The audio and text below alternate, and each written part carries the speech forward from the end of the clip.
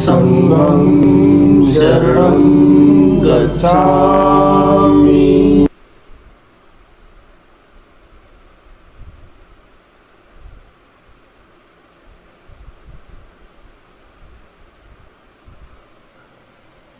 तो अब हम देखने वाले हैं हमारा आज का नेक्स्ट क्वेश्चन, जो कि है स्ट्रॉन्गेस्ट स्ट्रिंग। ये स्ट्रिंग सर्चिंग का एक प्रॉब्लम है हैकर अर्थ पे। इस प्रॉब्लम में हमें क्या गिवन है, we are given a string जिसमें कि n लोअर केस लेटर्स हैं। अब हमें ये बोला हुआ है कि हम ना एक स्टेप में क्या कर सकते हैं, we can remove any letter in the string.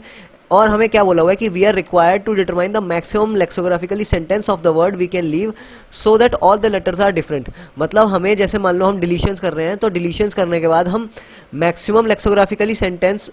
किस मतलब जो मैक्सिमम लेक्सोग्राफिकली सेंटेंस हम क्या छोड़ सकते हैं कि जो जिसमें कि हमारे पास सारे वर्ड्स जो है ना वो डिफरेंट हो, मतलब ऐसा रिपीटिशन उसमें अलाउड नहीं है, और वो मैक्सिमम लेक्सोग्राफिकली वर्ड पॉसिबल होना चाहिए उस स्ट्रिंग के अंदर। ठीक है,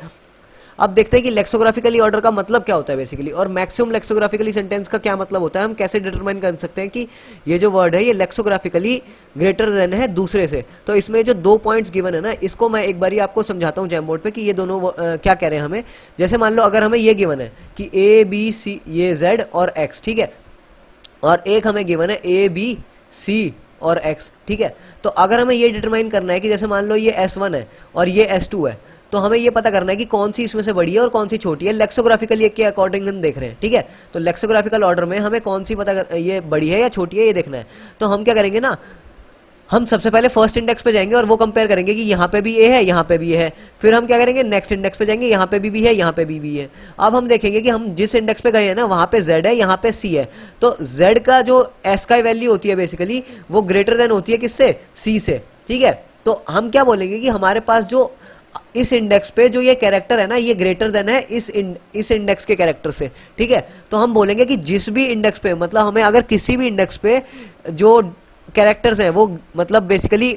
ग्रेटर देन मिल गए, तो हम क्या बोलेंगे कि उस स्ट्रिंग को उसी जगह हम डिटरमाइन कर देंगे कि जो हमारा S1 है वो ग्रेटर देन है S2 से। इसके आगे वाले जितने भी कैरेक्टर्स हैं इसे हम कंपेयर ही नहीं करेंगे। मान लो अगर यहाँ पे फिर बाद में Z होता है ना और यहाँ पे फिर बाद में A होता, हमें उससे मतलब नहीं है, क्योंकि हमें पहले ही मिल गया यहाँ पे कि ये वाला जो कैरेक्टर है ना ये बड़ा है और ये वाला जो C कैरेक्टर है छोटा है। हम उसके आगे के कैरेक्टर्स कंसिडर ही नहीं करेंगे। तो हमें अगर किसी भी I की इंडेक्स पे हम ट्रेवर्सल के टाइम अगर किसी भी टाइम पे I की इंडेक्स पे हमें ऐसे डिफरेंस मिल जाता है S का वैल्यूज पे बड़ा छोटा वाला, तो जो भी बड़ा होगा ना S का वैल्यू हम उसी टाइम बोल देंगे कि वहां से हम लूप से ब्रेक कर जाएंगे और हम बोल देंगे कि जिसमें बड़ा है ना इंडेक्स पे कैरेक्टर वो वाली स्ट्रिंग टोटली बड़ी है S2 से। ठीक है, चाहे उसके बाद वाले कैरेक्टर्स बड़े हो छोटे हमें उससे मतलब नहीं है, हमें जो फर्स्ट वाला आई है ना हमें उसको बस देखना है। ठीक है, जहां पे पहले मिल गया हम वहां पे ही रिटर्न कर देंगे। और दूसरी कंडीशन, दूसरा पॉइंट जैसे क्वेश्चन में गिवन है कि अगर मान लो आपको ऐसे गिवन होता, ठीक है, ABCDE, ठीक है, और आपको ऐसे गिवन होता AZ, बस ये 2 स्ट्रिंग गिवन होती S1 और S2। अब इन दोनों में कंसीडर करना है हमें कि कौन सी बड़ी होगी और कौन सी छोटी होगी। इसमें भी हमें वही देखना है लेक्सोग्राफिकल ऑर्डर। ठीक है, तो अब देखने के लिए वो क्या बोल रहा है कि जहां पे भी अगर मान लो जैसे लेंथ जो है वो सेम नहीं है तो वहां पे कैसे हम कंपेयर करते हैं, हम इन दोनों पे जैसे स्पेसिस हैं है ना, तो स्पेसिस जहां पे भी होंगे हम उनको स्पेसिस कंसिडर करके और ये देखेंगे कि ये जो स्पेसिस होते हैं ना इनका सबसे कम होता है इसका वैल्यू। तो अब जैसे मान लो स्पेसिस है तो हम फर्स्ट इंडेक्स पे गए, यहाँ पे भी सेम है कैरेक्टर, फिर यहाँ पे गए, यहाँ पे B है और यहाँ पे Z है। तो मैंने अब जब मान लो हमने स्पेसिस को कर लिया ना तो स्पेसिस से हमारी जो लेंथ है वो सेम हो गई। फिर हम वापस से यही वाला रूल लगाएंगे जो हमने अभी समझा था कि हमें किसी भी कैरेक्टर पे अगर किसी भी इंडेक्स पे हमारे पास जो कैरेक्टर है वो किसी भी स्ट्रिंग का बड़ा मिल गया तो हम उसी टाइम बोल देंगे कि वो वाली जो स्ट्रिंग है वो बड़ी है। इस केस में हमारी जो S2 है वो बड़ी है S1 से, इररिस्पेक्टिव की हमारी लेंथ क्या है दोनों स्ट्रिंग की। ठीक है, अगर मान लो इसकी लेंथ छोटी भी है ना हमें फर्क नहीं पड़ता, क्योंकि हमारे पास उस इंडेक्स तक हम जहां पे भी जा रहे हैं ना हमारे पास अगर पहले इंडेक्स पर ही हमारे पास जो Z है वो बड़ा निकल गया हमारे B से। ठीक है, तो हम ये बोल देंगे कि हमारे पास ये जो स्ट्रिंग है ये बड़ी है। तो हमें इसमें लेंथ नहीं देखनी होती, हमें बस कोई भी एक फर्स्ट इंडेक्स चाहिए होता है जहां पे भी जो हमारे डिफरेंस है ना इसका वैल्यूज का वो हमारा निकल के आ जाए। तो अब ये तो हमने क्वेश्चन का जो हमें कहना चाह रहा है हमने वो चीज़ समझी। अब ये देखते हैं कि हमें ना इनपुट टेस्ट केसेस में क्या गिवन है। तो इनपुट टेस्ट केसेस में हमें सबसे पहले तो number of test cases given है, फिर हमें बोला हुआ है कि स्ट्रिंग की लेंथ है। ठीक है, फिर हमें जैसे मान लो ये स्ट्रिंग गिवन है तो अब उसने बोला है कि हम इसमें मैक्सिमम जैसे डिलीशंस कर सकते हैं, मतलब बेसिकली हमें डिलीशंस करके हमें बताना है कि जो मैक्सिमम पॉसिबल हमारे पास कौन सी ऐसी स्ट्रिंग बच जाएगी डिलीशंस करने के बाद जो कि लेक्सोग्राफिकली उसमें मोस्ट हमारे पास ग्रेटर होगी, मतलब मैक्सिमम मतलब लार्जेस्ट लेक्सोग्राफिकली स्ट्रिंग होगी वो पूरे इस स्ट्रिंग में से। ठीक है, डिलीशंस करने के बाद ऐसी कौन सी बच जाएगी। तो अगर हम देखें कि हमने ए को हटा दिया, ठीक है, हम देखते हैं कि इसमें से सबसे पहले इन चारों में से लेक्सोग्राफिकली ग्रेटर कौन सा कैरेक्टर है, इसमें y सबसे बड़ा है, ठीक है, फिर y के बाद किसका नंबर आता है, c का नंबर आता है। तो अब अगर हम ये देखें कि हमारे पास जैसे y c का नंबर आता है और उसने ये बोला कि हम डिलीशंस जो कर रहे हैं ना वो ऑर्डर में कर रहे हैं, मतलब अगर हम जैसे मान लो इसको जैम बोर्ड पे समझें, तो जैम बोर्ड पे समझने के लिए ना हमें जैसे फर्स्ट इनपुट गिवन है तो वो है a y b c। तो हम सबसे पहले a पे गए, ठीक है, हमने देखा कि a का जो कैरेक्टर है, मान लो जो a की s का वैल्यू है वो कुछ भी, मतलब सबसे पहले तो बेसिकली हम ये देखेंगे कि हमारे पास इसमें से सबसे बड़ा कैरेक्टर कौन सा है एस का वैल्यू में, तो वो वाई है ना। फिर हम उसके आगे वाले कैरेक्टर पे जाएंगे, ठीक है, फिर हम देखेंगे कि इन दोनों में से जो बचा हुआ है वो मतलब उनमें से कौन सा बड़ा है, वो ये सी वाला है। तो अब हमारे पास जैसे हमने ये देख लिया ना कि हमारे पास लास्ट जो कैरेक्टर है वो भी एनकाउंटर हो गया है, तो अब हमारे पास जो स्ट्रिंग है वो खत्म हो चुकी है, तो हम वहीं पर ही रिटर्न कर देंगे कि हमारे पास जो मैक्सिमम लेक्सोग्राफिकली स्ट्रिंग बन रही है वो यही बन सकती है, ठीक है। तो बेसिकली इसमें क्या करना है, हमें ऑर्डर भी मेंटेन रखना है। ऑर्डर मतलब हम ऐसे नहीं कर सकते कि हमने जैसे y को ले लिया, फिर अगर हमारे पास मान लो ऐसे गिवन होता है x a y b c, ठीक है, तो सबसे पहले तो हमने y को ले लिया, ठीक है, फिर हम वापस x पे नहीं जा सकते, ये हमारे पास वैलिड ऑपरेशन नहीं है इसमें, क्योंकि अब हमें जैसे मान लो जो लेना है ना कैरेक्टर, वो जो हमारे पास बचे होंगे ना स्ट्रिंग में, जो हम पीछे छोड़ा है उनको नहीं ले सकते, अब जो हमारे पास आगे बचे होंगे हम उसमें से कंसीडर करेंगे। इस केस में भी जो हमारे पास मैक्सिमम पॉसिबल लेक्सोग्राफिकल स्ट्रिंग बन के आएगी वो भी yc बन के आएगी, ठीक है। तो बेसिकली हमें यही देखना है कि एक तो ऑर्डर मेंटेन होना चाहिए, और दूसरी बात हमारे पास जो स्ट्रिंग है ना जो हमारे पास रिजल्टेंट बन के आएगी उनकी जो एस का वैल्यूज है वो कैसी होनी चाहिए, डिक्रीजिंग ऑर्डर में होनी चाहिए, यानी कि इसकी सबसे बड़ी एस का वैल्यू होगी, फिर उससे छोटी इसकी होगी, फिर उससे छोटी नेक्स्ट कैरेक्टर की होगी, ऐसे होना चाहिए। तो अब क्योंकि हमें जो है एस का वैल्यूज डिक्रीजिंग ऑर्डर में चाहिए, तो हम ऐसे कर सकते हैं कि अगर जैसे हमारे पास मान लो स्ट्रिंग में ये गिवन है कि लोअर केस अल्फाबेट्स ही होंगे हमारे पास, तो हम ए से जेड तक की जो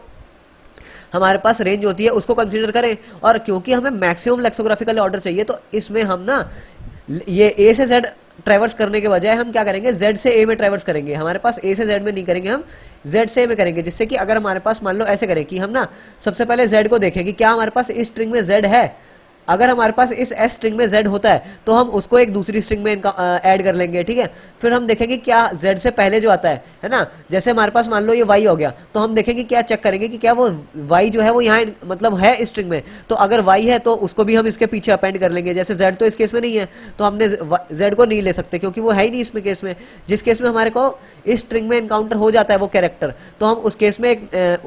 उस लेटर को एक नई स्ट्रिंग में एनकाउंटर कर देंगे, ठीक है, उसको अपेंड कर देंगे, और यही हम करते रहेंगे बेसिकली इस मैक्सिमम ऑर्डर से छोटे ऑर्डर तक जाते हुए, ठीक है। Basically decreasing order of S का वैल्यूज से हम ट्रैवर्स करेंगे, और हर एक ऑर्डर के लिए हम चेक करेंगे कि क्या हमारे पास वो कैरेक्टर इस स्ट्रिंग में अवेलेबल है, अगर है तो हम क्या करेंगे, उसे अपेंड कर देंगे। जैसे y के बाद किसका नंबर आएगा, पूरा c के बाद आएगा, क्योंकि c जो है वो अगर हम z से a में जा रहे हैं तो c पहले पड़ेगा ना, फिर बाद में b पड़ेगा, तो ऐसे ही c पड़ेगा। लेकिन हम वही देख रहे हैं कि हमें ऑर्डर भी मेंटेन करना है, तो हम c के बाद वापस b में नहीं जा सकते, तो हम c जो है वो लास्ट कैरेक्टर है, इसके बाद स्ट्रिंग खत्म है, तो हम बस यही एनकाउंटर कर देंगे कि हमारे पास यही वाला एक ऑर्डर जो है वो मैक्सिमम लेक्सोग्राफिकल ऑर्डर है इस स्ट्रिंग के अंदर, ठीक है। तो बेसिकली बस हमें यही अप्रोच करना है कि हमें एक तो फॉर लूप लगाना है कहाँ से, z से a के लिए, और उसके बाद एक फॉर लूप लगाना है जो कि हमारी क्या करेगा, वो हमारे पास 1 से लेके n तक जो हमारे पास कैरेक्टर्स है ना, स्ट्रिंग की लेंथ है, वो हमारे को उस कैरेक्टर्स में सर्च करके दे देगा कि ये वाला जो कैरेक्टर है वो उसमें है या नहीं है, ठीक है। यानी कि जो s ऑफ, जैसे मान लो ये फॉर लूप j का है, ये i का है ना, तो ये जो s ऑफ j है, ये वाला जो कैरेक्टर है क्या वो इस i कैरेक्टर के बराबर है या नहीं है, तो अगर वो होता है तो फिर तो हम बेसिकली क्या कर देंगे, उसको एक दूसरी str में अपेंड कर देंगे, है ना, str में प्लस कर देंगे, और अगर ऐसा नहीं होता तो हम नेक्स्ट लूप पे चले जाएंगे, हमें कुछ करने की जरूरत ही नहीं है। तो बस हमें इस छोटी सी अप्रोच को ध्यान में रखते हुए कोड करना है। इस क्वेश्चन को देखते हैं आप कोड कैसे कर सकते हैं। तो कोड करने के लिए हमें इसमें यही चीज़ों का ध्यान रखना है। सबसे पहले तो number of test cases input लेने हैं, उसके बाद ये जो हमारे पास लेंथ है ना स्ट्रिंग की, वो इनपुट लेनी है। फिर हम जैसे स्ट्रिंग इनपुट ले रहे हैं, ठीक है, फिर हम एक लूप तो लगाएंगे जो हमें z से a तक लेके जाएगा, यानी कि जो हमारे पास डिक्रीजिंग ऑर्डर ऑफ हमारी s का वैल्यूज हैं वो हमें चेक करेगा। तो हम डिक्रीजिंग ऑर्डर में सबसे पहले जो हमें एनकाउंटर होगा वो हमारे पास लेक्सोग्राफिकली ग्रेटर होगा अभी तक का स्ट्रिंग का, ठीक है। फिर उससे छोटे वाले कैरेक्टर्स को, फिर उससे छोटे वाले कैरेक्टर्स को, और हर एक कैरेक्टर के लिए हम चेक करेंगे क्या हमारी जो वैल्यू है वो इस स्ट्रिंग में अवेलेबल है या नहीं है। और एक बात हमें और ध्यान रखनी है कि जब हमारे पास जैसे मान लो हमें कैरेक्टर एनकाउंटर हो गया है ना, तो जब हमारे पास कैरेक्टर एनकाउंटर हो गया, एक तो हमने उसको अपनी स्ट्रिंग में ऐड कर दिया इससे, है ना, अपेंड कर दिया दूसरी स्ट्रिंग में, और दूसरी बात अगर जैसे हमें ऑर्डर का भी ध्यान रखना है ना, तो ये वाली जो चीज़ है हमें जैसे जे वाली इंडेक्स पे हमें ये वाला जो हमारा कैरेक्टर है वो एनकाउंटर हो गया। फिर हम जो नेक्स्ट वाला स्टार्ट करेंगे ना, अब हमारे पास नेक्स्ट जो लूप आएगा नेक्स्ट कैरेक्टर के लिए, वो हम कहाँ से स्टार्ट करेंगे, J+1 से स्टार्ट करेंगे, जिससे कि हमारे पास जो रिपीटिशन है वो भी ना हो, माने कि जो हमारे पास ऑर्डर है वो भी मेंटेन रहे। तो अब ये जो हमारा पोजीशन है, अब नेक्स्ट इटरेशन के लिए अगर हम जैसे मान लो पहले Z के लिए देख रहे थे, हमें Z मिल गया, हमने उसको अपेंड कर दिया, J वाली पोजीशन पे मिल गया, फिर हम J+1 को पोजीशन बना देंगे, फिर देखेंगे कि क्या हमारे पास जो नेक्स्ट है J के पहले कौन सा आता है, Y आता है, तो क्या देखेंगे कि हमारे पास अब जो पोजीशन है जिसकी अब वैल्यू कितनी है, J+1 है, ठीक है। तो हम J+1 से देखेंगे n तक कि क्या हमारे पास Y है अवेलेबल, तो Y है, फिर से हम वही करेंगे कि जिस भी इंडेक्स पे मिल जाएगा उसका नेक्स्ट वाला इंडेक्स जो है हम उसको वैल्यू असाइन कर देंगे कि नेक्स्ट इटरेशन यहाँ से स्टार्ट कर रही है हम, ठीक है। तो बस यही हमारे पास इसमें से छोटा सा कोड था, और लास्ट में जो स्ट्रिंग हमारे पास अपेंड होके आती है उसको हम रिटर्न कर देंगे। तो बस यही हमारे पास इसमें से सिंपल सा कोड था इस क्वेश्चन के लिए, एंड थैंक यू।